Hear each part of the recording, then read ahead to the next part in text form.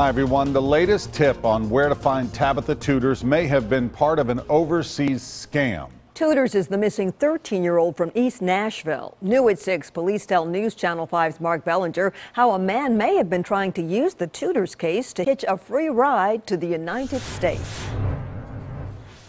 In the more than 12 years since Tabitha Tuders' disappearance, not a whole lot has changed here at the Tuders' home on Lillian Street. Also, what hasn't changed is the number of false tips being received by Metro Police. And the latest tip may have actually been a scam. The tip came from a man who lives in India. He told Metro Police to look for Tabitha at a specific address in Fremont, Nebraska, and it took them to a funeral home and a church. Detective Steve Jolly called a Fremont police detective who helped him check it out.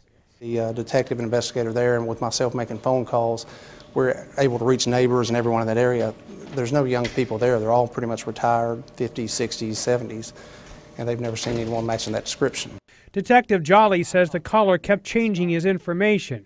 Now they think he made the whole thing up.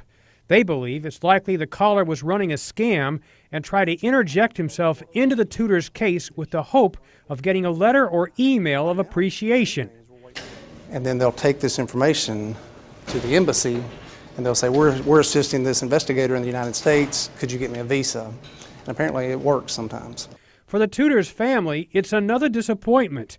But Tabitha's father says they've learned not to build expectations. We're not going to get our hopes up until we see her. But, you know, that's like getting back to these tips and stuff. I'm glad they come in, and hopefully one of these days it's going to be the right one so we can get her back. So the investigation continues. Police are not giving up, certainly not Detective Jolly. There are people who may know something about the disappearance of Tabitha. I have on my board behind my desk, I think it's about 10 names now. Any one of those 10, I've not been able to delete them as potential persons of the involvement in her disappearance. But I don't have anything to prove that they were involved in her disappearance.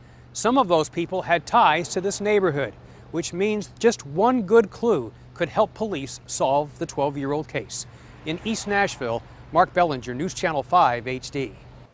If you have information about the disappearance of Tabitha Tuders, call Crime Stoppers. That number is 615-74-CRIME.